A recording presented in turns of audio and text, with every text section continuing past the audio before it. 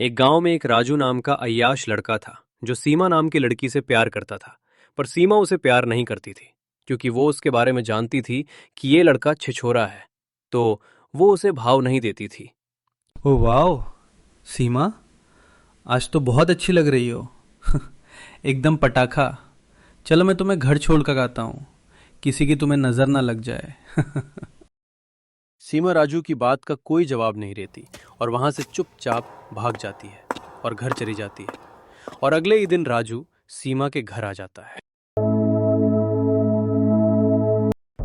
अरे, आज तो आलू गोभी की सब्जी और रोटी बनी है। सीमा को बहुत अच्छी लगती है, खुश हो जाएंगी वो। ये कौन आ गया भला इस टाइम?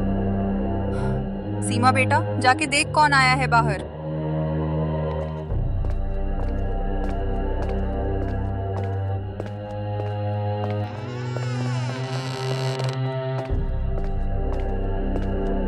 अरे तुम यहाँ भी आ गए। चले जाओ यहाँ से और मुझे परेशान करना बंद करो। तुम जैसा इंसान मैंने आज तक नहीं देखा। मैं तुमसे प्यार करता हूँ सीमा, तुम मेरा प्रपोज स्वीकार कर लो। मैं तुम्हें हमेशा खुश रखूंगा और ये बुरी आदतें भी छोड़ दूंगा। एक बार बस तुम मेरी हो जाओ तो मैं जमीन आसमान एक कर दूंगा। आखिर क्या कमी है मेरे में? सीमा डर कर वहां से चली जाती है क्योंकि राजू एक हठी इंसान था, वो किसी की भी नहीं सुनता था।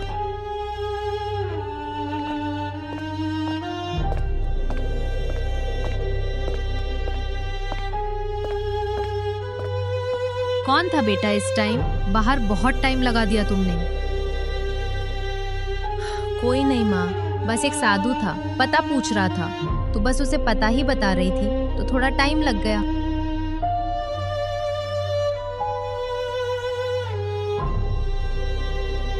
एक दिन राजू बाइक से जा रहा होता है। उसका वो दिन बहुत खराब था, उसने ऐसा सोचा भी नहीं था। और उसका आगे से आने वाली रेड वैन से भयानक एक्सीडेंट हो जाता है। इस एक्सीडेंट में राजू बेचारा मर जाता है और उसकी अचानक मृत्यु से उसके घर वालों को बहुत शौक लगा।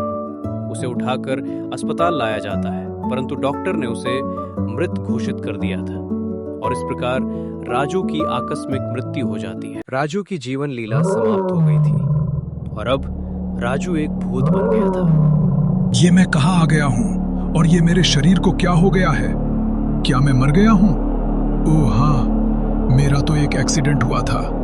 मैं तो मर गया हूँ। मेरे पास तो अब शक्तियां भी आ गई है। अब मैं किसी को नहीं छोड़ूंगा, किसी को भी नहीं।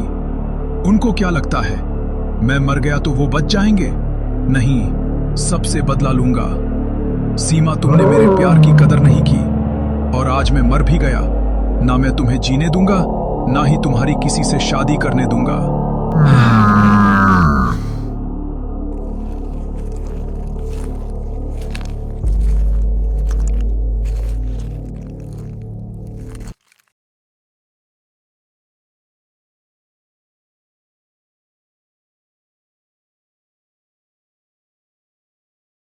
अगले दिन शाम को सीमा और उसकी सहेली बाहर गांव में घूम रही होते हैं। थोड़ी शाम हो जाती है और अचानक ही मौसम चेंज हो जाता है, जैसा पहले कभी नहीं हुआ। अजीब सी आवाज सुनाई देने लगती है, बिजली चमकने लगती है। ये कौन है मीना? इतना खतरनाक लगता है, शायद भूत है। अभी उस राजू की डेथ हुई है, लगता है उसी का भूत है। हाँ, लगता है। चलो भागो, नहीं तो ये नहीं छोड़ेगा। ये पहले से भी बदतमीज था, अब तो इसके पास शक्ति आ गई है। भाग सीमा, भाग, नहीं तो हमारी खैर नहीं।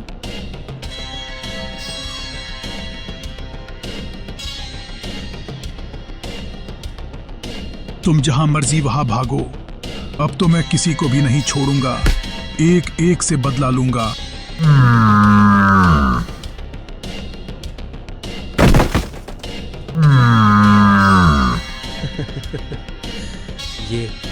ये मेरा खौफ लोगों में होना चाहिए। राजू भूत सीमा को मार गिराता है और खुशी खुशी वहां से चला जाता है। सीमा पूरी रात वहां पर बेहोश पड़ी होती है। अरे ये वहां कौन गिरा पड़ा है? जाकर देखती हूँ। ये तो रामलाल की बेटी सीमा है। पर ये यहाँ क्या कर रही है? बेटा सीमा उठो, तुम्हें क्या हो गया है? तुम यहाँ क्या कर रही हो इतनी सुबह सुबह? सब ठीक तो है ना? ताई, मैंने शाम को राजू का भूत देखा था। उसी ने मुझे सर पर मारा और मैं बेहोश होकर गिर पड़ी और तब से मुझे अभी होश आया है। राजू भूत? कौन राजू भूत?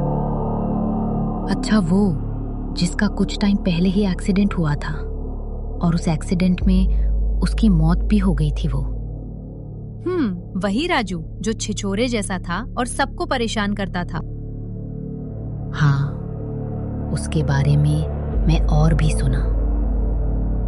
कल उसने रामू के बेटे राहुल को भी परेशान किया था और वो अभी तक अस्पताल में एडमिट है। उसके मम्मी पापा दोनों उसके साथ हैं और लगता है तुम्हें भी उसी ने परेशान किया है। सीमा सब बात बताकर वहां से चली जाती है और उसकी ताई भी वहां से चली जाती है और उसी दिन शाम को राजू भूत सबको डराने फिर आ जाता है।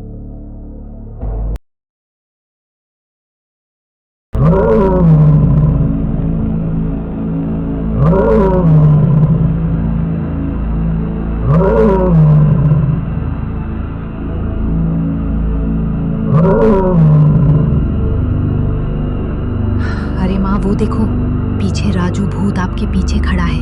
भागो सब।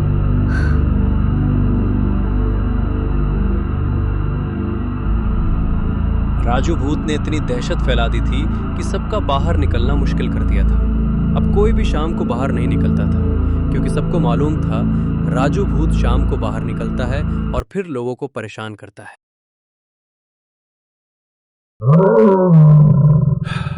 आज तो बस्ती में कोई भी नहीं दिख रहा है। आज किसको तंग करूं मैं? लगता है सबको पता चल गया है, इसलिए कोई नहीं निकल रहा। चलो मैं सीधा सीमा के घर जाता हूं, तब आएगा मजा।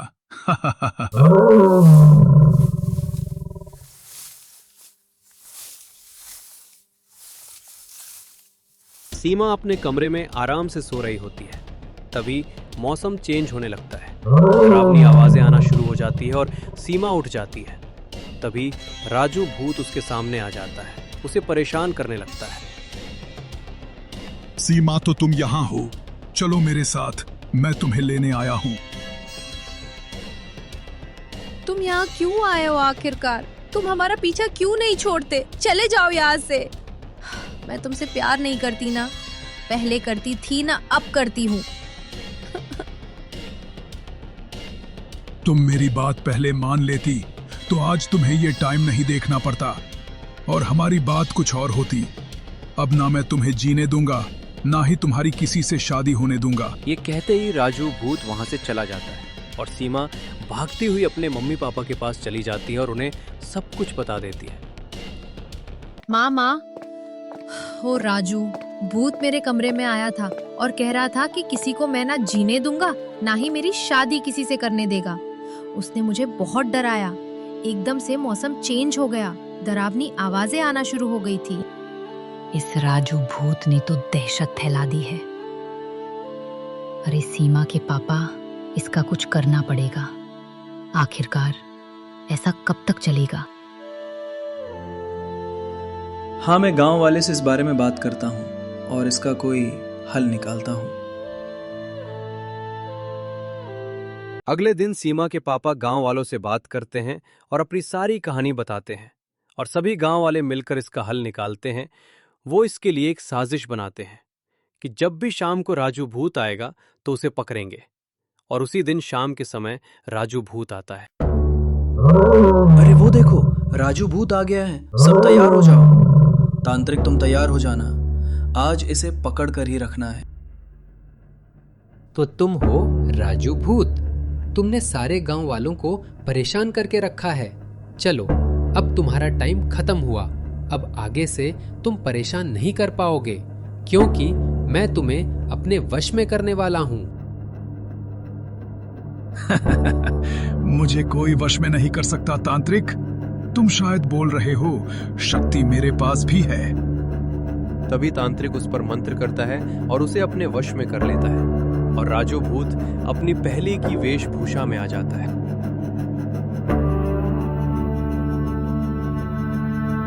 मुझे माफ कर दो तंत्रिका, अब मैं ऐसा नहीं करूंगा।